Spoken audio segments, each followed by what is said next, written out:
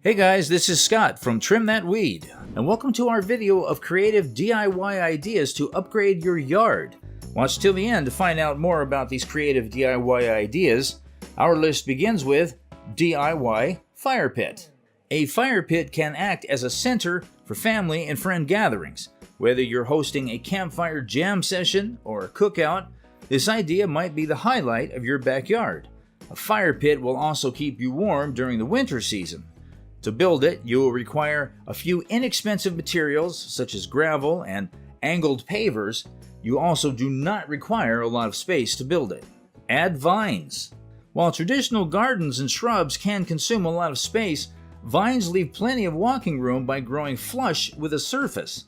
If you would like your vines to have a splash of color, consider beautiful wisteria vines or the hardy clematis. You can also add creeping vines to a pergola. Invite hummingbirds to your garden. You can do this by providing them with a feeder that aids in supplementing their diets. You can also feed them with the nectar that you made. The hummingbirds will brighten your smile as they come into your yard and perform amazing aerial acrobatics. DIY privacy fence. It can create a remarkable backdrop for your yard.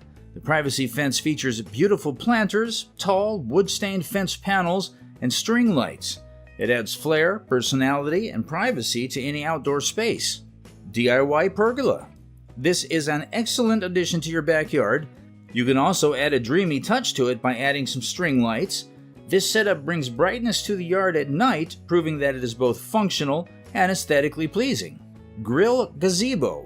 You can fully customize a grill gazebo to include wine glass storage, bench seats, built-in coolers, lighting, and so much more. Building a grill gazebo requires moderate skills and may take several days to complete. A natural waterfall.